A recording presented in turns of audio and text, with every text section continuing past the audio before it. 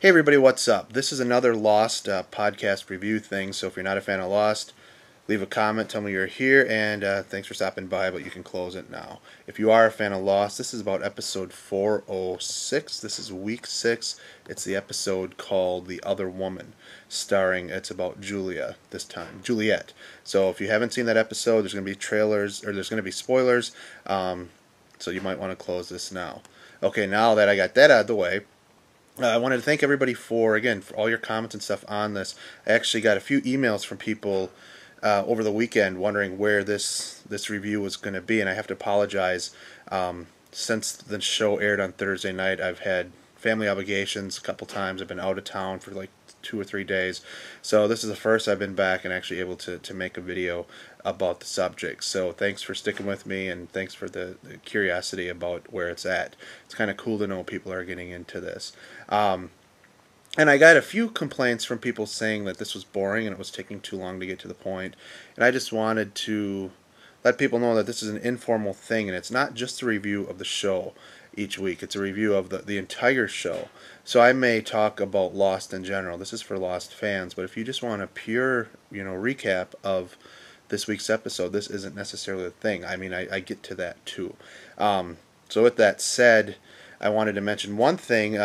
One of my subscribers actually, who subscribed to me, and I subscribed to him long before I knew he was a Lost fan. His name is Tim. He's a fellow Wisconsinite. His name is Jealousguy. I'm going to put a link to his channel over here. You might want to check him out. He has some cool theories on the show. He does, weekly videos as well. Just another person in the community that's really into the TV show. And the cool thing is, there's a podcast I listen to called Jay and Jack, and I'll put a link up here to the iTunes thing if I can link it to that. They have a great podcast audio show that I've been listening to, and the last 2 weeks, or I've heard Tim call in 2 weeks now under the name Jealousguy from YouTube. So that's pretty cool that there's this whole sub-pocket community here of YouTube. So check out Tim. With that said, okay, episode 406. This was a cool episode, I thought. I didn't think it was as intense as the last 5. That wasn't quite the shocker, but it was alright. It was a nice, after the week with Desmond that was so intense and so challenging, this was a nice little bit more, I don't want to call it filler, but this was forwarded the story a little bit. I've always been interested in the Juliet character, and yet she's a lot like Desmond to me. She hasn't fully, I don't see her as one of the main characters, even though she is, probably because she came into the show, on season 3. But she is a strong character, and she's very compelling to me, because even up to the end of this episode, I don't know if we should trust her or not. I know she's kind of, for lack of a better term, she's tied to Ben, and she doesn't want to be anymore. And she's there to show the whole baby doctor thing. So that's interesting, and I'm beginning to, her character is growing on me. And I like how she's thrown the Kate, Sawyer, Jack triangle into the mix a little bit, because frankly Kate needs to make up her mind, and I'm kind of tired of that. Either choose Jack or choose Sawyer, but Kate, move on. And so I'm glad Jack's kind of moving on. I have a feeling it's not going to be the best choice for him, because from a couple weeks ago we saw that he ends up still loving Kate in the future. This episode started out with Juliet. She kind of had the mall hair going on, and I thought for sure this was a flash forward. I thought she's one of the Oceanic Six. It was really well done the way they did it, talking about her celebrity and whatnot. And then Tom, one of the others from last season, opens up the door, and you quickly find out this is the first week that she's been on the island. And Ben, a few of the podcasts I've been listening to are talking about this. Ben is just working hard. But he's just not smooth with the ladies. He's not like Saeed is with the ladies. Saeed with the straightened hair, in the future, he's a ladies' man, but Ben is not. And you can see right away that Ben is getting very smitten with this woman. I wonder, and Juliet knows it. Juliet's talking to Harper, who we then see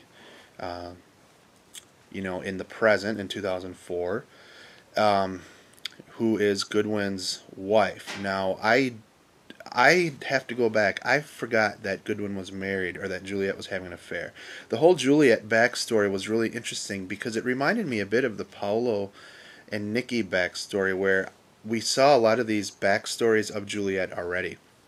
I want to say, and I could be wrong, that one of her main stories last season, she ended up crying in that lab, and that's when Goodwin walks in now in this episode. So it was like a continuation of that. It was very interesting to see that relationship with Goodwin and why Ben put him in that, to pretend he was one of the members of Oceanic 815. It was really cool to hear about Ana Lucia, and this is the second time this season that has happened. So I wonder if that's just coincidence or if we're going to see more with her. At the end of the show, we find out that Ben basically knew he was sending Goodwin off to his death. And I wonder what you guys think, or if anybody can remind me, who killed Goodwin? I forget how that happened. It was neat to see their reaction to it. And Ben basically said, you are mine. And it really showed how twisted this guy is, in that Juliet knows it. So she does want to escape it, which leads me to think we can trust her. But yet I don't know. I don't trust her. You could see from this episode, she definitely wanted to she had her own agenda. When she was in the woods and you see Harper, you hear the whispers, and then Harper shows up. Do you think that was a ghost, or was Harper still alive? Because how would Harper know what Ben wanted when Ben was tied up? And yet, according to Harper, Ben is exactly where he wanted, which is what Miles said too. So what's going on? Or are they somehow communicating with Jacob or something? And Jack saw Harper. So if it's a ghost or an apparition or something, they're able to obviously both see this. I thought it was really neat to see the Ben story. Ben is quickly becoming my favorite character. He's so sinister and twisted. And Locke is falling right into it. Locke used to be my favorite character, and I think he's quickly becoming the village idiot. I think he's falling for Ben's trap. But yet Ben is giving him the truth. Ben is a smart enough man to know that you need to sometimes really give the truth to get what you want. And the big puzzle piece that we got this week was that boat belongs to Penny Whitmore's father. What's his name? James Whitmore? Mr. Whitmore, whatever his name is. So he owns that boat, and he wants to do something with that island. And Ben said this guy's going to exploit the island, exploit its healing powers. Look at Locke can walk. Rose's cancer is gone. Look at how quick Ben healed from his spinal surgery. Look how quick everybody heals. Kind of nobody talks about that. And that may have something to do with the time thing that's happening, the time disorder or whatever, that they are healing at an accelerated rate or something or another.